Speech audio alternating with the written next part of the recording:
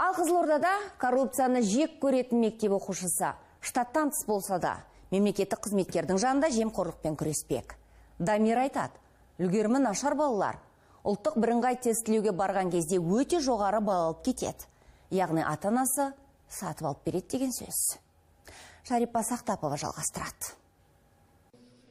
Жемқорлықтан түпкілікті құтылуымыз керек. Біз коррупцияны жек көреміз. Бұл Қызылордалық Адал ұрпақ клубы мүшелерінің пікірі. 16 мың мүшесі бар ұйымға тек белсенді, жан-жақты, оқуда озат, спортта үздіктер қабылданады. Солардың бірі 176 мектептің көшбасшысы 14 жастағы Дамир Бозаев сыбайлас жемқорлықпен күрес департаменті басшысының штаттан тыс кеңесшісі болып тағайындалды. Қазақстандағы ең жас шенеунік аймақтағы барлық мектептерді аралап, оқушылар мен мұғалімдердің пікір, шағымдарын жинақтамақшы. Мынау менің қалам, менің болашағым, яғни біздің болашағымыз. Қаламызды қарасақ өте таптаза, және де мен осы қаламыздың ары да намысы да таптаза болған қалаймын. Пара болмаса қазір ешқандай жұмыс орны ешкімде жұмысқа алмайды. Ол қанша жерден оқысын, қаншама дипломның егері болсын, оның ақшасы болмаса, танысы болса жұмысқа алмайды. Ешқандай білімі болмаса, тек ақшамен жүрген жағдайда біздің қаламыздың, біздің еліміздің абыройын жерге түсіреді. Біз жемқорлыққа мүлдем төзбейміз, көнбейміз. Қазір өкінішке орай адам емес ақша сөйлейтін заман болып кетті.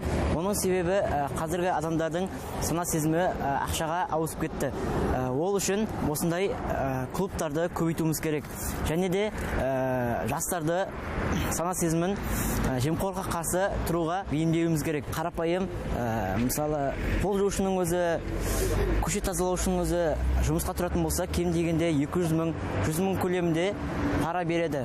Отбасында туған туыс көрші өз ортасында осындай мысалдарды көріп естіп келе жатқан жасөспірімдер еңбектеген сәбиден бастап еңкейген қарияға дейін жемқорлықтың түбі неге алып барып соғатын ұғынса, қоғам бұл дерттен жазылып тазара бастар еді деген ойды тарқатты. Ата-аналар балабақшаға өзінің баласын апару үшін пара бермесе, оған ертелек тұра алмайды. Яғни, сен егер пара бермесен, сен ол өз кезегінде күтуің керек. Ал кезекті күтем дегенше баланың жасы балабақшаға баратын жастан асып кетеді. Ондай мысалдар елімізде өте көп. Сыбайлас жемқорлықпен айналысқан адамдарға жазаны күшейту керек. Мы, дети, не можем не заметить, как біз балалар пара алған, мемлекет қаражатын талан-таражға салған шенеуніктер абақтыға емес қайта лауазымдары өсіп немесе басқа қызметке ауысып жатқан естіп біліп келеміз. Ал нағыз талант иелері орындарын таппай. Өйткені тіреп тұрған туысы немесе ақшасы жоқ. Коррупция дегеніміз жалпы қоғамымыздың қолайсыздығының белгісі. Біз отанымызға пара алмауға және бермеуге ант етеміз.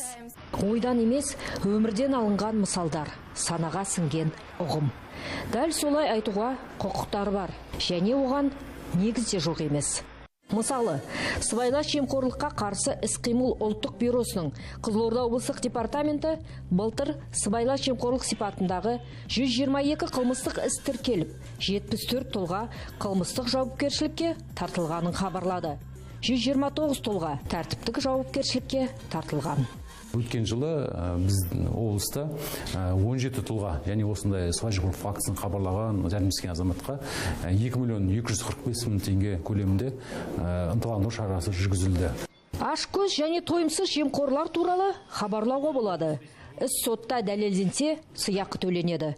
Жемқорлыққа қарсы агенттіктің мамандары 14-24 нөміріне хабарласу азаматтық парыз дейді. Согласно этим же правилам, сыйақы соттың күдіктіні айыптаған үкімі немесе қаулысы шықса беріледі. Әкімшілік құқық бұзушылық туралы дерек үшін 30 айлық есептік көрсеткіш көлемінде төленеді. Құқық бұзушылықтың орташа және ауыр түрлері үшін 40-50 айлық есептік көрсеткіш көлемінде.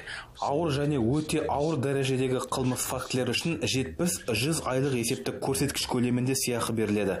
Жалпы 2014-2018 жылдар ішінде 600-ден астам азаматқа 70 миллион теңгеден астам қаражат төленді. Ал берілген ақпар жалған немесе жала жабу болса, жауапкершілікке хабар беруші адамның өзі тартылады.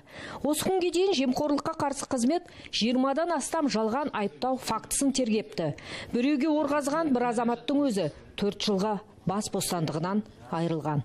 Ал анонимді түрде түскен ақпарат мүлдем тексерілмейді. Сонымен қатар әлеуметтік желілерде жария болған жемқорлық сипаттағы құқық бұзушылық фактілерде дереу тексеріледі. люди воспринимают коррупцию. Біз халықты белсенді болуға шақырамыз. Кез келген дабыл сұрақтардың барлығы дереу назарға алынады, және де ол деректер шұғыл тексеру өткізуге негіз болмақ. Ал адам күдікті күшейтетін жағдайдың куәгері болып, бірақ оны дәлелдей алмайтын болса, заңсыздық туралы Фейсбукке, әлеуметтік желілерге жазғаны жөн. Оның барлығы талданады, мониторинг жасалады. Ондай әрекеттерді біз құптаймыз, өйткені өзіміз сондай ақпарат іздейміз. Сол жағынан әлеуметтік желілерде мықты потенциал бар. Ал Дамирдің лауазымы мемлекеттік қызмет реестрінде жоқ. Оған айлық та төленбейді. Жас шенеунік өзіне артылған жүктің салмағын түсінеді. Себебі бұл оның өзі жасаған саналы әрекеті.